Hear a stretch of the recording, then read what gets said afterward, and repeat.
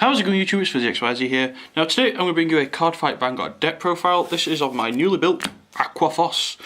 Yes, as most of you know, Aqua was released A as a trial deck and B in the new release of set 8. Now I managed to pick up a lot of the Aqua stuff during the week between the pre-release and the actual official release of set 8, so I did manage to pick a lot of it up.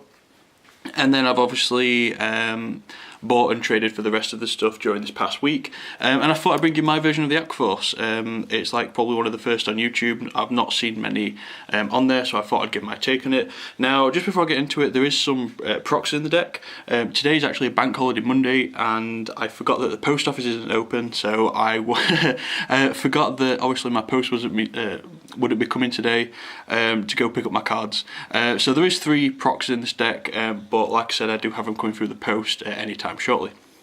So the starting Vanguard is Officer to get Eric. Basically, when another Aqua Force rides this card, you put it to rear guard, and you can counter +1, put it into soul, check the top 5 cards of your deck, and if there's a grade 3 Aqua Force card there, then you get to add it to hand, and then you get to shuffle.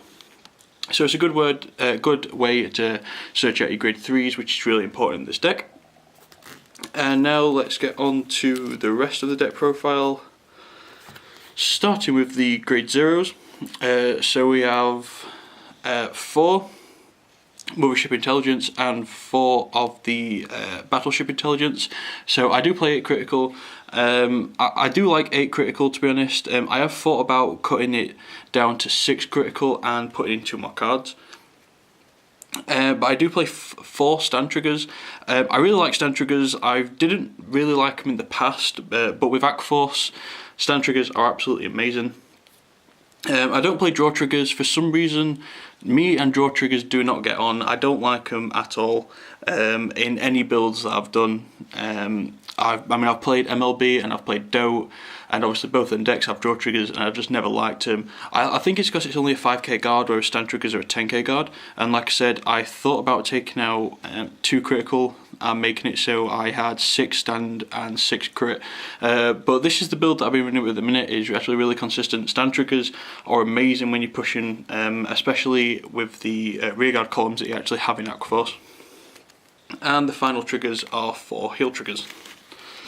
Pretty standard there. Put them there. Now to the grade 1s. If I just add them to my hand.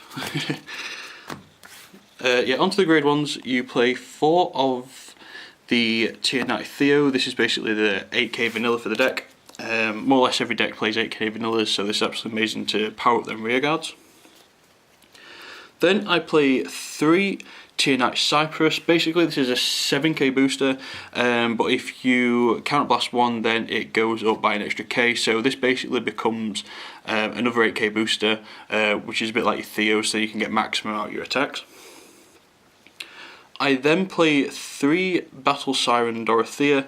Basically, it's a 10k booster for your Vanguard. I really like 10k boosters, especially with the main boss monster of this deck. It means you can get up to 26k with your limit break, and basically pushing for them attacks is really, really good. I absolutely love it, and I feel confident when I have one of these behind my Vanguard. And then also the last grade 1s are the Emerald Shield Pascals, obviously the perfect guard. I do like 8k. I do like 4 perfect guards within this deck. I always like 4 perfect guards no matter what deck I actually build. Some people like 3, which is understandable, but I just obviously tend to like 4 because it just means that you can stop their attacks more. Now on to the grade 2s.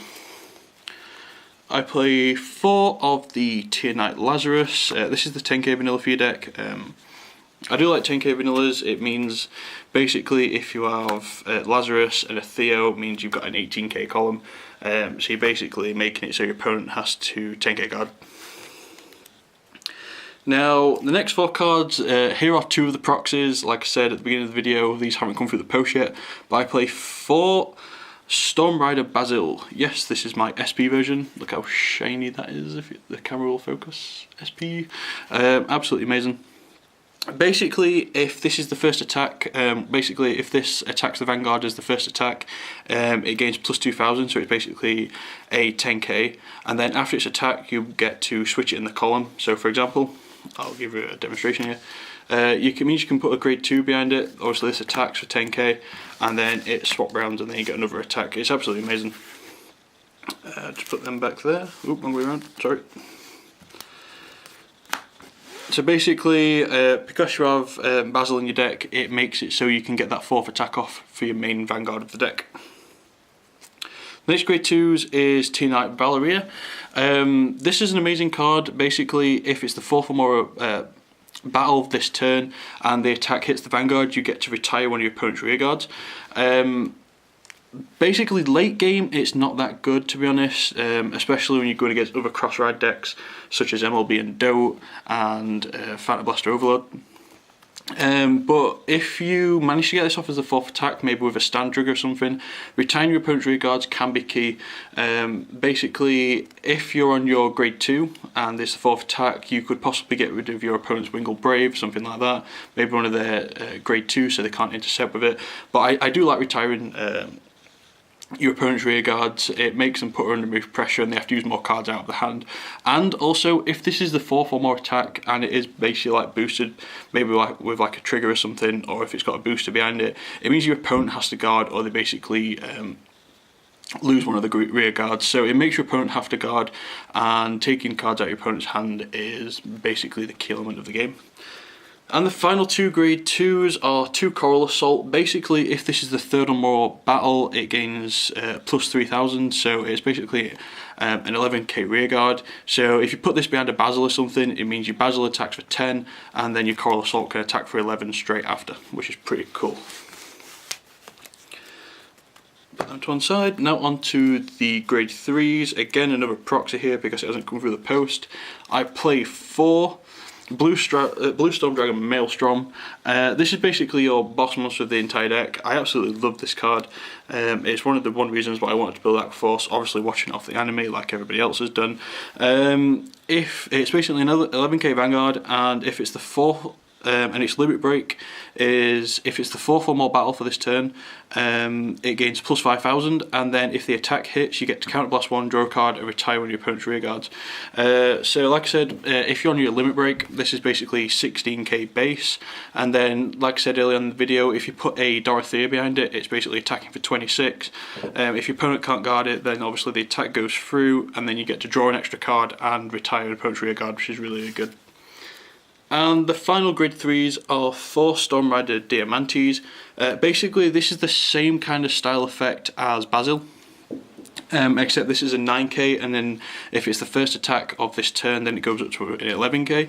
So what I like to do is obviously have your Maelstrom as a starting Vanguard, as your like main grade 3 Vanguard.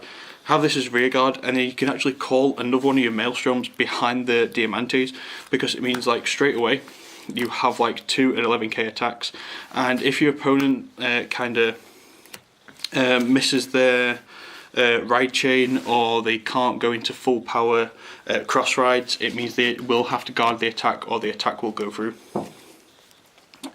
So that is basically it for my Aqua Force deck profile. Like I said, this is like my first build of the deck. I do want to test around a couple of things, like I said, cutting down 2 of the criticals and maybe putting 2 more stand triggers, but there's hardly a set build for the deck as it is at the moment. Like I said, it's probably one of the first on YouTube at the minute. Not many people have completed the deck yet, and this is just like my first basic run through of the deck. It's been testing really well in testing. It's beat a couple of my teammates, a couple of my friends at locals, etc. Unfortunately, couldn't go to locals this weekend, and it wouldn't matter because the deck wouldn't have been finished.